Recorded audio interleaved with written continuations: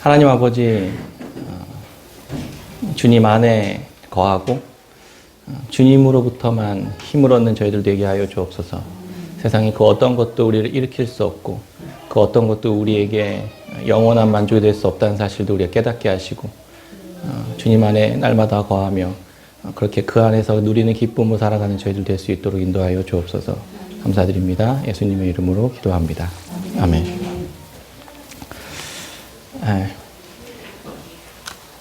저희 나라에서 어저께가 무슨 날이었는지 혹시 아시나요? 할로윈. 다 기억하시네. 종교력으로는 뭔지 아시나요? 10월 31일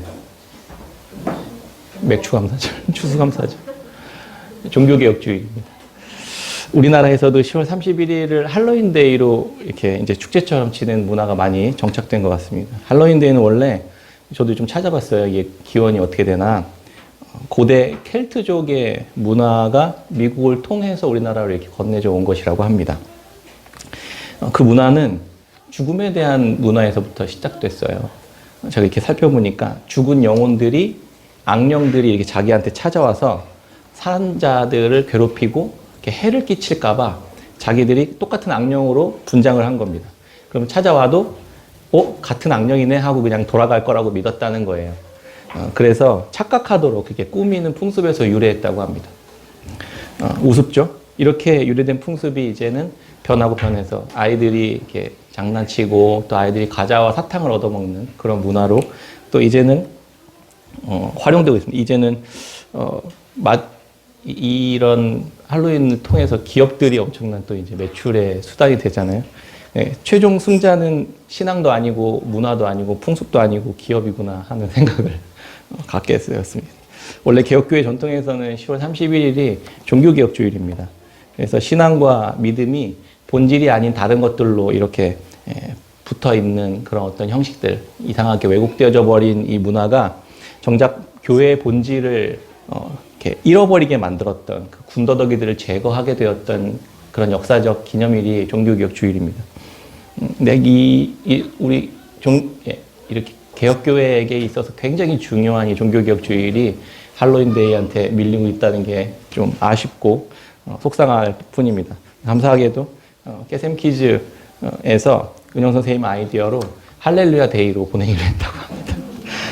아이들이 소중한 신앙과 전통과 문화로 신앙들을 잘 잃어버리지 않고 오히려 잘 발전하고 또 기억하는 그런 시간들, 그런 아이들의 시간들이 되었으면 좋겠습니다. 수고해 주신 선생님들과 부모님들께 감사드립니다. 할로윈데이의 기원을 찾아보면서 사람들은 보이지 않는 귀신이나 눈에 보이지 않는 악령에 대한 인식을 가지고 있구나 이런 생각을 해봅니다. 그리고 그것들로 인해서 실제로 두려움을 많이 느끼고 있구나. 내 삶에 영향을 많이 받는 거예요. 그런 생각을 했습니다. 오늘 본문 말씀은 그래서 보이지 않는 하나님께서 눈에 보이는 강력한 제국이었던 바벨론을 향해 심판을 선언하시고 말씀하시는 장면이라는 관점으로 한번 바라보게 되었습니다. 하나님은 선지자 예레미야를 통해서 열국 심판의 마지막 대상이었던 이제 바벨론을 향해 심판을 선언하십니다. 바벨론 당시 고대 근동 지역을 다 지배하고 있었던 패권 국가였습니다. 감히 누가 바벨론을 범접할 수 있는 나라는 없었습니다. 막강한 지배력을 가지고 그 주변에 있는 모든 그 민족들을 다 집어삼키고 있었던 민족이었습니다. 그러한 이 제국을 향해서 유다의 변방이잖아요. 변방이 아주 조그만한 민족의 선지자인 예레미야를 통해서 하나님은 이렇게 선언하시는 것입니다. 예레미야 50장 1절 2절 같이 한번 읽어볼까요? 예레미야 50장 1절 2절입니다. 같이 읽겠습니다. 시작. 여호와께서 선지자 예레미야에게 바벨론과 갈대아 사람의 땅에 대하여 하신 말씀이라. 너희는 나라들 가운데 전파하라. 깃발을 세우라. 숨김없이 공포하여라. 바벨론이 함락되고 벨이 수치를 당하며 무로닥이 부스러지며 수치를 당하며 우상들은 부스러진다 하라. 오늘의 본문이 기록된 이 이야기가 있었던 그 시점은 예레미야 51장 59절에 의하면 남유다의 왕, 마지막 왕이었던 시드기야가 왕이 된 지 4년째 되는 해에 기록되었다 이렇게 기록하고 있거든요. 그러니까 이때는 남유다가 멸망하기 7년 전이에요. 그러니까 아직 바벨론에 의해 멸망하지 않은 상태에서 바벨론에 대한 심판을 선언하고 있었던 것입니다. 이때는 바벨론이 이제 주변 나라들 하나 둘씩 다 섭렵해 가고 있었던 상황이었죠. 지난 시간 열국들의 심판에 대한 이야기들을 언급하고 언급했던 것처럼 이 주변에 있었던 나라들을 바벨론이 하나 둘씩 다 잔인하게 정복해 가고 있었던 상태였습니다. 이렇게 전방위적으로 나라들을 이렇게 집어삼키고 정복해 갔었던 제국이 그렇게 많지 않았습니다. 그래서 바벨론 같은 경우에도 거칠 것이 없었겠죠. 이들이 뭘 무서워했겠습니까? 그 기세는 하늘을 찌를 듯이 높아진 그런 상태에 놓여져 있었습니다. 현실적으로는 이 상황상 이 심판의 메시지는 하나도 적절해 보이지 않습니다. 그렇지 않습니까? 눈에 보이는 이 바벨론은 점점 승승장구하고 있고 감히 범접할 수 없는 상황이 있었는데 남유다의 이 조그만한 나라의 이 선지자 한 사람이 하나님의 이름으로 심판을 명령하고 있는 그런 상황인 것입니다.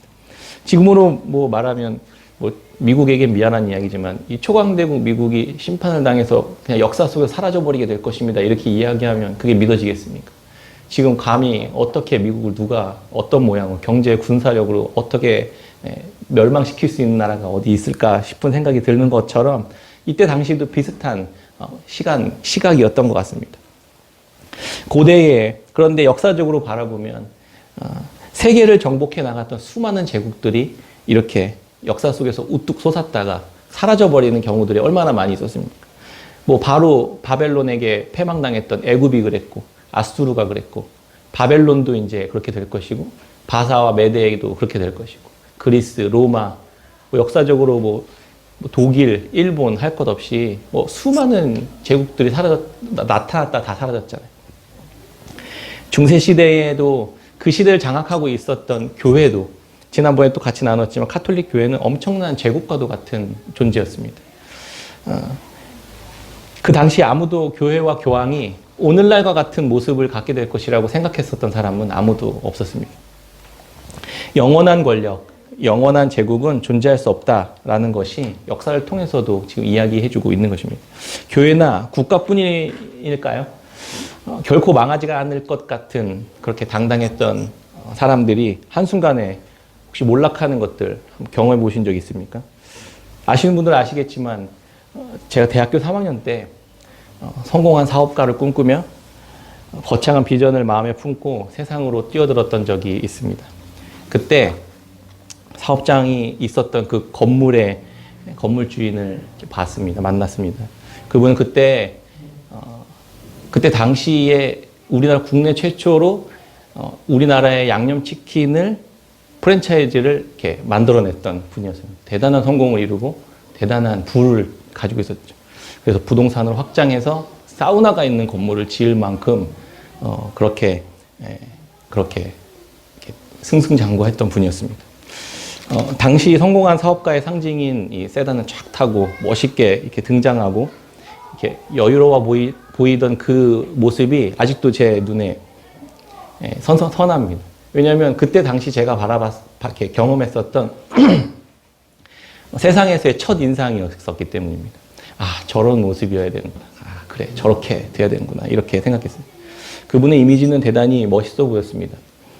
지금껏 부모님의 보호 아래 이렇게 용돈 받으면서 친구들이랑 이렇게 몰려다니고 놀고 학교만 다니다가 이제 막 군대에 갔다 와서 제대해서 복학한 그 사회 초년병이었던 저의 눈에는 그분의 모습이 대단히 커 보이고 멋있어 보였습니다. 당시 제가 알고 있었던, 건네들었던 기억으로 그 건물은 못해도 몇백억 원 정도 되었던 것 같습니다. 근데 그때 그 건물을 지을 때 당시에 들어간 대금들을 다 못 주니까 상가를 건물로 떼어줬던 거예요. 그런데 그게 소송으로 휘말리기 시작하고 나중엔 결국 유치권 점유에 들어가고 조금씩 건물이 이상해져 가는 것을 전기도 끊기고 수도도 끊기고 유치권 행사에 들어갔습니다. 그리고 나서 건물이 통째로 경매에 넘어갔습니다. 그 이후에 그분을 딱 한 번 봤습니다. 처음 기억하고 있었던 그 당당하고 세련되고 멋있어 보였던 그 모습은 온데간데 없이 사라지고 초췌하고 주눅든 모습으로 후다닥 차를 타고 이렇게 가는 그 장면도 제 머릿속에 분명하게 각인되어 남아 있습니다. 그게 한 1년, 2년여간에 있었던 일이었던 것 같아요. 그 두 모습은 제 기억 속에 매우 깊이 각인되어 있었습니다. 저의 세상에 대한 첫 인상은 저의 삶에 있어서 매우 큰 지침을 남겨주었습니다. 하나님 앞에서 성공한 사업가를 꿈꾸며 열정을 불살랐던 저의 청년 시절의 첫 도전이 시작되던 그때 해에 하나님은 매우 큰 가르침을 저에게 주셨던 것입니다. 성공한 1세대 프랜차이즈 사업가와 그가 벌어들인 그 몇백억 원의 재산이 한순간에 안개처럼 사라져가는 것을, 그런 황망한 경험들을 가까이에서 눈으로 보게 되었던 것입니다. 저의 마음에 하나님은 그때 이런 마음을 주셨습니다. 세범아, 똑똑히 봐라. 이렇게 들렸습니다. 제 마음에 하나님께서 아무리 큰 재산, 아무리 큰 권력이라 하더라도 그냥 하나님 훅 불어버리시면 아무것도 아닌 게 되는 거구나라는 걸 그 어린 마음에 저는 제 마음속에 새겼습니다. 얼마든지 현실적인 또 다른 해석이 가능할 수 있습니다. 그분이 실력이 부족했거나, 아니면 실수를 했거나, 아니면 사람을 잘못 만났거나, 아니면 협력업체를 잘못 만났거나, 그분이 경영을 잘못했거나, 지혜가 부족했거나, 다른 이유들이, 합리적인 이유들이 있을 수 있겠지만, 저의 눈에는 온 세상이 하나님의 것이고, 하나님의 주관 아래 놓여 있다는 사실을 배우는 그러한 모습으로, 그러한 해석으로 저에게는 들렸던 것입니다. 저는 그게 분명해 보였습니다. 그게 믿어졌습니다. 두렵기도 하고 하나님의 주권에 대한 철저한 배움의 시간이었습니다. 하나님 오늘 본문의 바벨론의 심판과 멸망을 생각하면서 한동안 잊고 있었던 이때의 기억을 떠오르게 하셨습니다. 현재 상황은 전혀 그렇게 될 상황이 아닌데 하나님은 선지자 예레미야를 통해 바벨론의 멸망을 심판하고 계십니다. 이 예언은 시드기야 왕이 된 지 4년째 해라고 얘기했는데 BC 593년 정도로 학자들은 알고 있습니다. 그리고 7년 후인 586년에 남유다가 멸망합니다. 그리고 나서 48년 후에 BC 538년에 바벨론은 실제로 역사 속에서 메대와 바사, 페르시아라고 하는 연합국에 의해 실제로 멸락합니다. 하나님은 이 땅을 다스리고 통치하십니다. 하나님의 말씀은 반드시 성취되기 때문입니다. 바벨론뿐 아니라 하나님의 선택을 받은 북이스라엘과 남유다도 너희들 계속 그런 방식으로 살다가는 몰락하고 심판받을 것이다 라고 이야기하고 경고하는 메시지가 바로 오늘 예레미야 말씀인 것입니다. 오늘 이 시간 이 자리에 함께 하신 우리 깨끗한샘 교회 성도님들 모두 이 사실을 분명히 마음속에 각인하고 기억하고 새기는 시간이 되었으면 좋겠습니다. 우리는 이 땅에서 이루어지는 모든 인류의 역사와 우리 모든 삶의 개개인의 삶의 영역에 이르기까지 하나님은 지금도 여전히 살아계시며 다스리시고 통치하시고 그분의 뜻과 계획에 맞게 선하게 이끌고 가시는 분이시라는 사실을 그게 믿어지는 시간이 되었으면 좋겠습니다. 그것이 은혜이고 그것이 축복입니다. 지난 시간에 우리는 구약에서 교회의 상징인 이스라엘이 심판을 받는 이유를 함께 살펴보았습니다. 또 교회뿐 아니라 세상의 열국들도 함께 어떻게 심판을 당하게 되는지 그 모습과 이유도 살펴보았습니다. 저는 다시 한번 열국 심판을 한 주 동안 묵상하면서 교회 카톡방에 감사하게도 은현 선생님이 나누어주신 묵상들을 통해 또 함께 나눈 이야기를 통해 그 이야기들을 다시 한번 생각해보는 시간이 있었습니다. 솔직히 제가 다 정리하지 못했던 그렇게 이야기, 그 포인트를 카톡방 나눔을 통해서 또 알게 되었습니다. 저만 설교하고 말하는 것이 아니라 저도 우리도 함께 서로가 가르치고 또 함께 나누면서 배울 수 있는 그런 교회라는 것이 저는 너무 감사합니다. 하나님은 왜 남유다를 시작으로 당시에 강력한 패권국이었던 암몬, 아수르, 블레셋, 모압, 게달, 하솔, 다메섹, 이런 엘람과 같은 주변의 민족들을 모두 다 심판하게 하셨을까요? 나라마다의 특징을 다시 한번 생각해 볼까요? 애굽은 당시에 첨단 기술력을 가지고 군사력과 경제력을 모두 가지고 있었던 국가였습니다. 그리고 그것을 가지고 애굽은 거만에 있었기 때문에 심판받았습니다. 블레셋은 연합 국가로서 힘을 합쳐서 연약한 나라들을 괴롭혔다고 했죠. 모압은 자기의 업적과 부를 자랑하고 보물을 우상처럼 숭배하는 나라였다고 했습니다. 그리고 그것으로 자기 자신을 높이는 그런 민족이었습니다. 암몬은 늑대처럼 노략질을 하는 민족이었다. 그리고 에돔은 에서와 같이 자기의 지혜를 의지했었던 민족이었다. 그리고 자기 스스로를 지혜롭게 여겼다는 이야기를 나눴습니다. 다메섹은 풍요와 안락 속에서도 노략을 일삼는 삶을 살았고, 게달과 하솔은 게으르게 지내면서 노략질하는 짓을 저행했다. 엘람은 특출난 자기의 활 쏘는 은사를 가지고 자기를 보호하고 그렇게 자랑하는 삶을 살았다라고 이야기 나눴습니다. 이들이 함께 하나님께 심판을 받았던 이유는 이런 다양한 것들이, 이런 다양한 은사와 재능과 부와 명예와 이런 힘들이 하나님으로부터 온 것이라는 사실을 인정하고 그것을 하나님의 뜻과 방식대로 사용하지 못했기 때문이라는 생각을 하게 되었던 것입니다. 그렇게 했어야 되는데 그렇게 하지 못했던 것이구나, 이런 생각이 들었습니다. 이들은 그것이 자기들의 것이고 내가 수고하고 땀 흘려 획득한 것이라고 생각하면서 그것을 자기만을 위해서 사용했던 것입니다. 모두가 자기만의 왕국을 만들고 그리고 왕노릇하고 다른 이들을 어떻게 하면 더 많이 착취해서 그것을 더 견고하게 가질 수 있을까를 끊임없이 고민하고 그렇게 실제로 살아가는 그러한 삶의 모습들을 하나님은 심판하셨던 것입니다. 어쩌면 그래서 그들의 심판은 당연한 것일지 모릅니다. 하나님을 모르는데 어떻게 하나님이 주셨다고 생각할 수 있을까요? 당연히 안 되겠죠. 하나님을 모르는데 어떻게 하나님의 뜻대로 이것을 사용해야 되는지를 알 수 있을까? 당연히 모르겠죠. 안타깝게도 하나님 없이 사는 것이 불행이지만 그것이 죄입니다. 그래서 한편으로는 선지자나 복음 전도자를 하나님은 세우신 것입니다. 지금 이 시대에 하나님을 전해야 하고 하나님의 의도와 뜻을 이야기해야 하는 것이 그래서 우리 그리스도인들의 맡겨진 역할이자 사명인 것입니다. 이 세상 모든 것이 다 하나님의 것입니다. 그러나 사람들마다 주시는 은사들은 좀 다 다른 것 같습니다. 그런 생각들도 해보게요. 되게 다양하게 하나님이 주셨잖아요. 어떤 이들은 특출나게 부유하게 하시고, 어떤 이들은 연합해서 힘을 키워갈 수 있는 또 능력을 주시고, 어떤 이들은 지혜를 주시고 업적을 쌓게 하시고, 또 어떤 이들은 기술을 주시고, 그렇게 특별한 은사들을 서로 다르게 나눠주십니다. 주어진 만큼 분량 안에서 그것들이 하나님의 선하신 뜻 안에 사용될 수 있다면 그것을 인정하고 하나님 앞에 마음에 합당하도록 사용하도록 그렇게 살아갔으면 좋겠습니다. 우리들의 삶이 하나님께 온전히 이렇게 내어드리는 그러한 모습이었으면 좋겠고, 그 뜻과 의도에 맞게 사용될 때 그 삶이 정말 복되고 빛나는 삶이 되는 것입니다. 누군가는 선교지에 나가고, 누군가는 기술자로 살아가고, 누군가는 사업가로, 누군가는 주부로, 누군가는 권력자로 그렇게 살아가게 되겠지만, 그런 어떤 모양들이나 그런 것들이 다 상관없이 하나님 앞에서 그것들이 다 맡겨진 삶이라는 인식을 가지고, 그리고 겸손한 태도로 살아가는 것, 그것이 우리 모두가 동일하게 가져야 할 태도일 것입니다. 그렇다면 바벨론은 왜 심판받게 되었을까? 이제 마지막으로 바벨론의 심판에 대한 언급이 오늘 본문 50장부터 시작되는 것입니다. 그 이유는 예레미야 50장 뒷부분에 나옵니다. 50장 29절, 31절을 제가 읽어드리겠습니다. 활 쏘는 자를 바벨론에 소집하라. 활을 당기는 자여, 그 사면으로 진을 쳐서 피하는 자가 없게 하라. 그가 일한 대로 갚고 그가 행한 대로 그에게 갚으라. 그가 이스라엘의 거룩한 자 여호와를 향하여 교만하였습니다. 주 만군의 여호와의 말씀이니라. 교만한 자여, 보라, 내가 너를 대적하나니 너의 날 곧 내가 너를 벌할 때가 이르렀음이라. 이 말씀에서 계속 언급하는 것이 교만이라고 이야기하는 것입니다.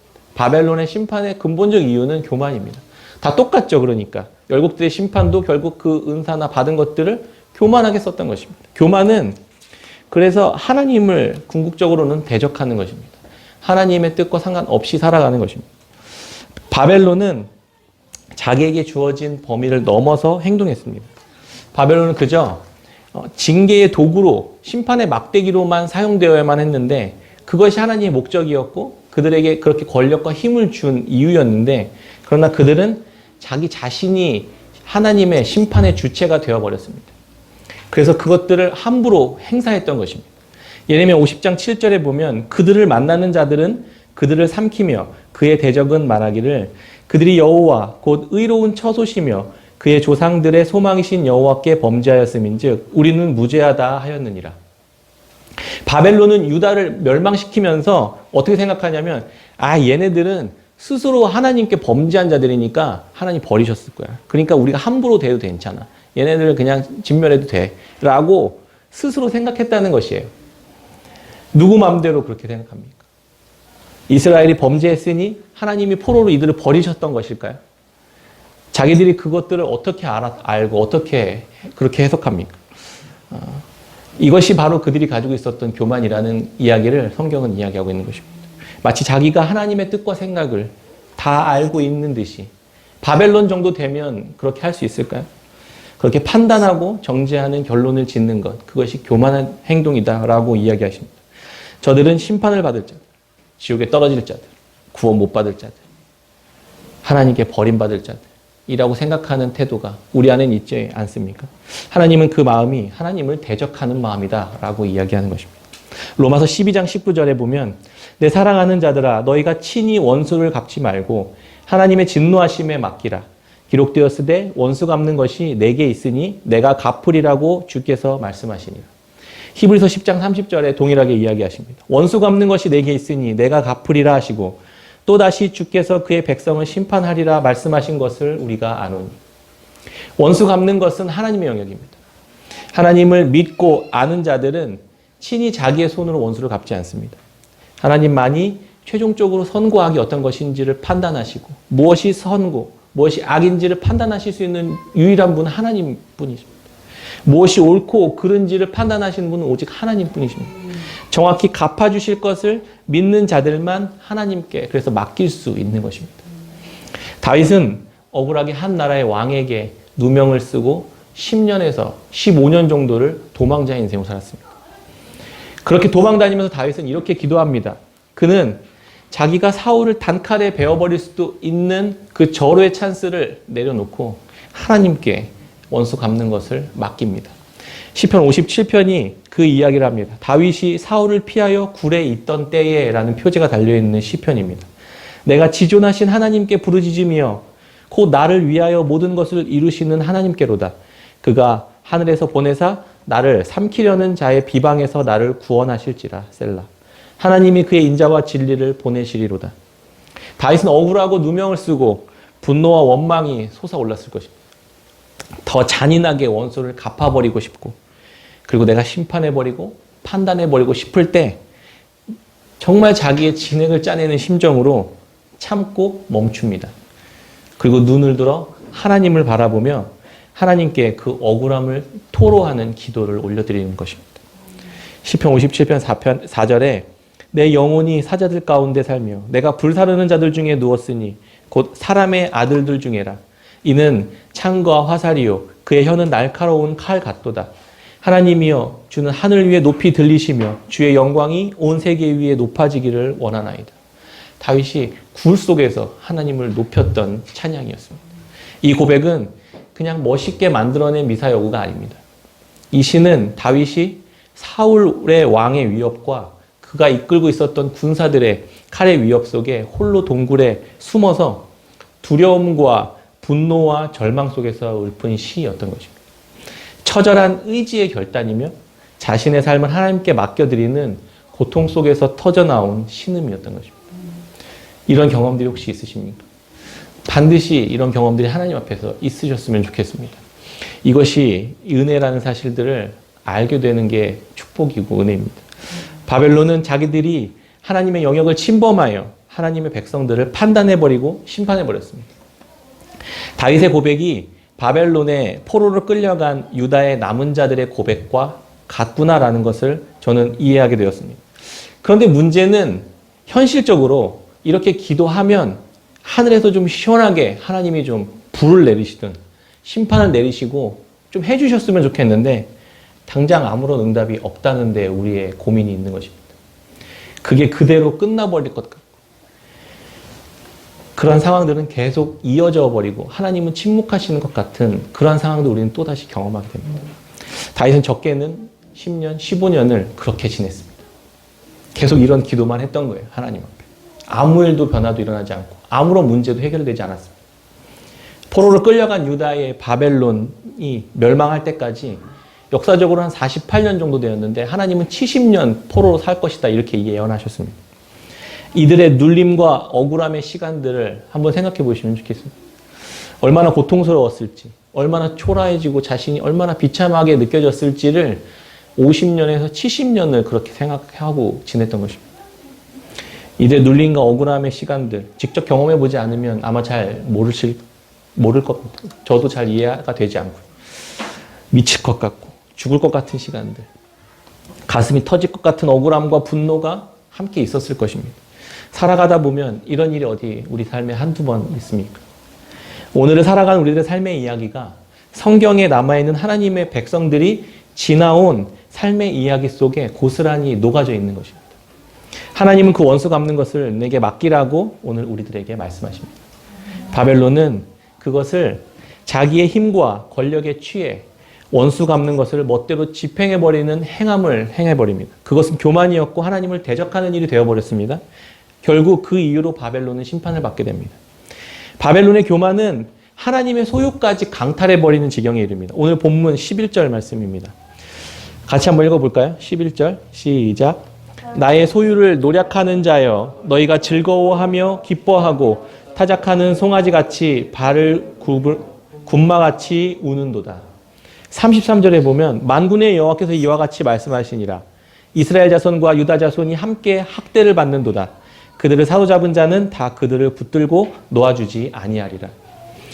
하다하다 이제 하나님의 소유에까지 손을 대는 지경에 이르릅니다. 유다는 하나님의 언약의 백성이잖아요. 마치 바벨론이 이스라엘을 막 짓밟으면서, 그리고 그게 좋아하는 거, 막 좋아했다는 거죠. 그리고 송아지들이 타작마당에서 막 밟으면서 거기에 있는 것들을 마음껏 먹으면서 즐거워하는 모습을 비유로 이렇게 묘사합니다. 그들은 남유다뿐 아니라 북이스라엘까지 다 학대하고 붙잡고 풀어주지 않았습니다. 하나님의 소유를 하나님은 결코 빼앗기지 않으시는 분이십니다. 이들이 누구입니까? 하나님의 언약 안에 있는 백성들이었습니다. 하나님의 심판이 바벨론에 임한 이유는 하나님이 강탈당한 소유를 되찾기 위함이었던 것입니다. 하나님은 언약 백성이라 하더라도 그들을 징계하시고 심판하시지만 아예 없이 하시지 않겠다 이렇게 약속하셨거든요. 그런데 이것을 이 바벨론이 아예 없이 할 것처럼 행동했다는 것입니다. 결국 바벨론에 대한 심판을 통해서 강제로라도 하나님은 자기의 백성들을 끄집어내셨어야만 했던 것입니다. 아이러니한 것은 이것이 바벨론에게는 심판이었지만 그 안에 얽매여 있었던 유다와 이스라엘 백성들에게는 구원의 날이 되었던 것입니다.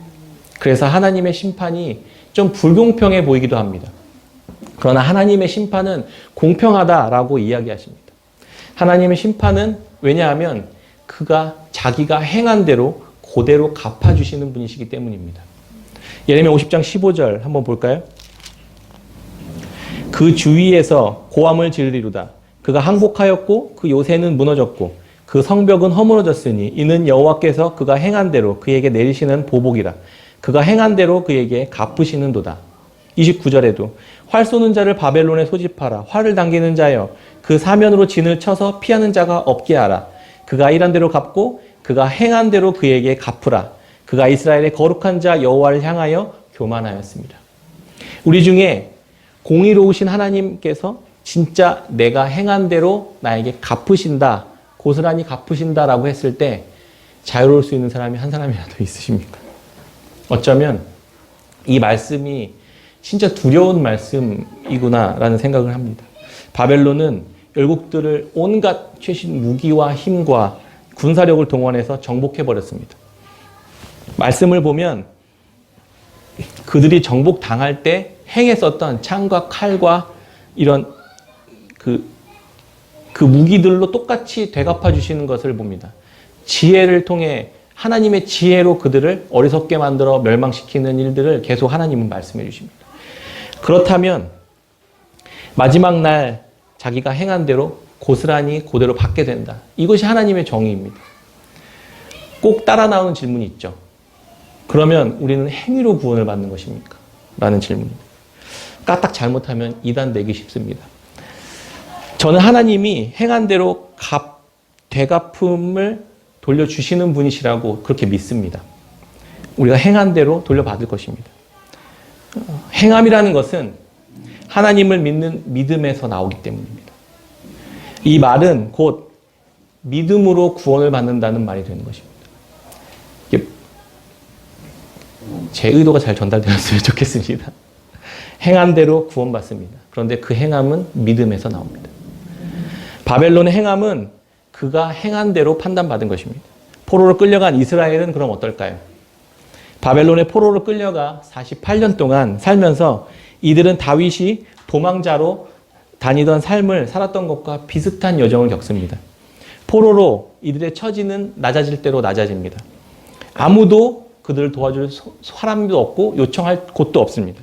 철저한 무기력과 절망 가운데 좌절과 절망 속에 하나님만 생각하고 기도하며 살았던 것입니다.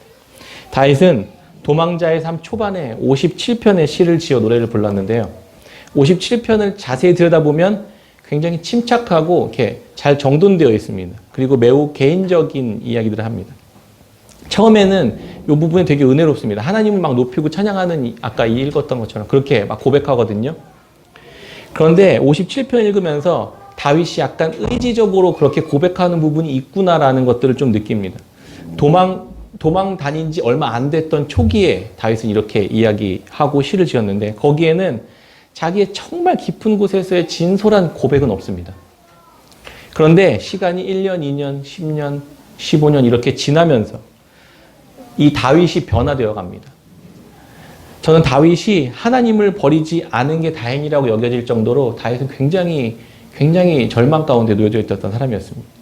이 시간 동안, 그 시간 동안 다윗은 어떻게 지냈을까요? 하나님이 나를 버리신 건가? 내 인생이 이렇게 도망쳐 살다 끝나는 건 아닌가? 하나님은 안 계시는 것인가? 아기는 저렇게 떵떵거리며 잘 살고 있는데, 짓밟으면서 사는데, 난 언제까지 이 모양으로 계속 살아야만 하는 걸까? 하나님 언제까지 침묵하셔야만 하는 걸까? 이런 고민들을 10년을 해본다고 생각해 보세요. 사람이 이상해지지 않겠습니까? 뒤로 갈수록 그런데 다윗은 더 진솔하고 진실된 마음이 쏟아져 나오기 시작합니다. 하나님께 자신의 억울함과 원통함과 애끓는 마음과 이 말로 표현할 수 없는 이 간절한 기도들이 다윗의 마음속에서 본물 터지듯이 터져 나오는 것을 보게 됩니다. 그것이 시편 142편입니다. 제가 읽어드리겠습니다. 내가 소리내어 여호와께 부르짖으며 소리내어 여호와께 간구하는도다. 내가 내 원통함을 그의 앞에 토로하며 내 우환을 그의 앞에 진술하는도다. 내 영이 내 속에서 상할 때에도 주께서 내 길을 아셨나이다. 내가 가는 길에 그들이 나를 잡으려고 올무를 숨겼나이다. 오른쪽을 살펴보소서. 나를 아는 이도 없고 나의 피난처도 없고 내 영혼을 돌보는 이도 없나이다.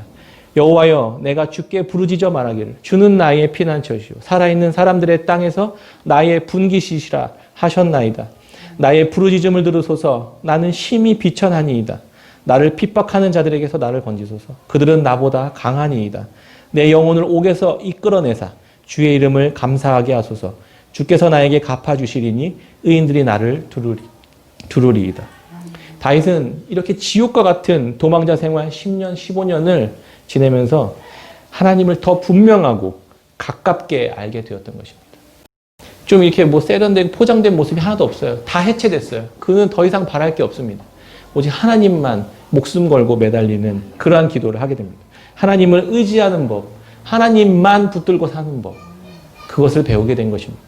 다윗은 하나님께 이 지옥 같은 삶에서 건져주십시오라고 외칩니다. 다윗은 죄로 인해 자기 자신이 하나님에서 점점 옛 자아가 죽어가는 것을 경험했던 것입니다. 반대로 하나님만을 전적으로 의지하는 새로운 생명으로 다시 태어나는 과정을 통과하고 있었던 것입니다.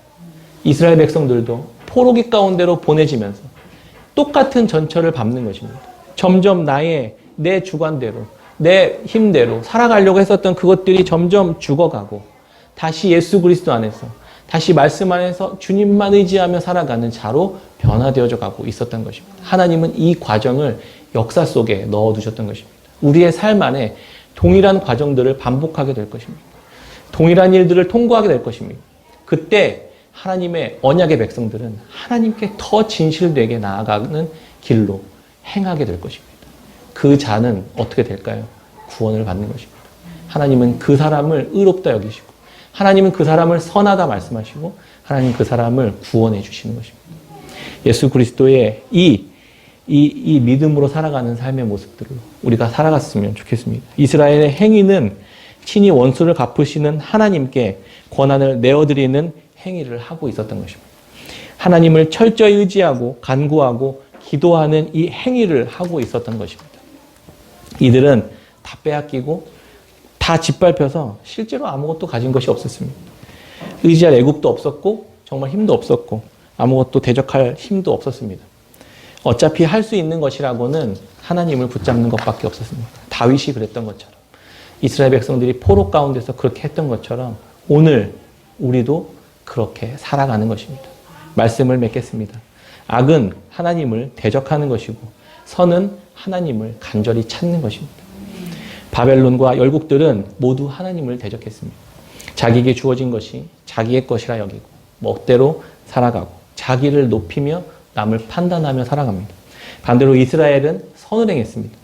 그들은 할 수 있는 것이 없었고 유일하게 하나님께 자신의 상황을 토로하고 진실하게 하나님을 찾는 것뿐이 없었습니다. 그에 따라 하나님은 이들을 자유롭게 해방시키시고 다시 이스라엘로 돌아오게 하셨던 것입니다. 이스라엘이 다시 돌아오면서 그들이 어떤 이야기를 했는지 예레미야 50장 4절 5절에 이렇게 예언합니다. 같이 한번 읽어보겠습니다. 4절 5절입니다. 시작. 여호와의 말씀이니라. 그날 그때에 이스라엘 자손이 돌아오며 그들이 울면서 그 길을 가며 그의 하나님 여호와께 구할 것이며 그들이 그 얼굴을 시온으로 향하여 그 길을 물으며 말하기를 너희는 오라 잊을 수 없는 영원한 언약으로 여호와와 연합하리라. 아멘. 이들의 오랜 기도를 하나님이 들으시고 영원한 언약을 끝까지 신실하게 이루어내시는 하나님을 경험하게 되었던 것입니다. 이들은 자연스럽게 눈물이 터져 나오고 성전을 향해 시온을 향해 하나님을 향해 나오는 이 발걸음이 그 안에 감격과 기쁨과 은혜가 충만하게 있었던 것입니다. 예수 그리스도의 십자가가 바로 오늘날 우리들이 죄와 죽음을 통과하게 되는 통로로 사용되어지는 것입니다. 이것이 그래서 구원을 받는 비밀이 되었던 것입니다.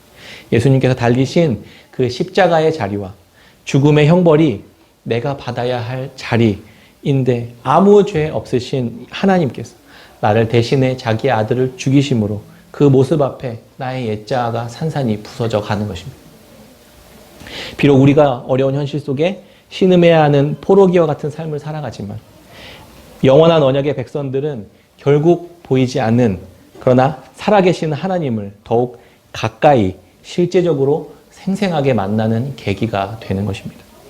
이스라엘 백성들이 오랜 시간 포로기를 통과했듯이 다윗이 도망자의 삶 속에서 성숙한 믿음의 자녀로 다시 태어났듯이 오늘 어려운 시기에 특별히 예수 그리스도의 십자가를 통과함으로 더욱 거룩하고 성숙한 그리스도인으로 다시 부활의 삶으로 태어나는 그러한 경험을 하는 은혜가 있으시기를 주의 이름으로 축원합니다. 아멘. 같이 찬양하고 기도하고 예배 마치겠습니다.